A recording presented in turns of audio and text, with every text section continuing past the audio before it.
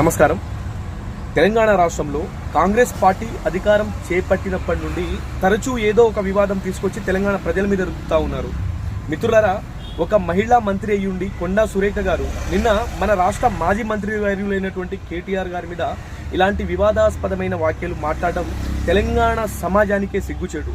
నవ్వుకుంటున్నారు. ఎంత నీచంగా మాట్లాడుతున్నారంటే, ఇంత నీచానికి దిగజారిపోయి మాట్లాడుతున్నారంటే ఈ కాంగ్రెస్ పార్టీ వాళ్ళు, వీలైనంత తొందరగా కాంగ్రెస్ పార్టీ అధిష్టానం కొండా సురేఖ గారిని ఆ మంత్రి పదవి నుంచి బర్తరఫ్ చేయాలి. అలాగే కొండా సురేఖ గారు బహిరంగంగా తెలంగాణ రాష్ట్ర ప్రజల ముందు కేటీఆర్ గారిని క్షమాపణ అడగాలి. ఎంత నీచానికి దిగజారిపోయి రాజకీయాలు చేస్తున్నారంటే ఈ కాంగ్రెస్ పార్టీ వాళ్ళు. తెలంగాణ సమాజమా, ఇప్పటికైనా మేల్కొండి.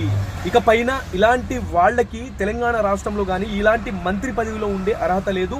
తెలంగాణ రాష్ట్ర కాంగ్రెస్ అధిష్టానానికి నేను రిక్వెస్ట్ చేస్తా ఉన్నా, తక్షణమే కొండా సురేఖ గారిని ఆ మంత్రి పదవి నుంచి బర్తరఫ్ చేయాలని ఆశిస్తూ సెలవు తీసుకుంటా ఉన్నా.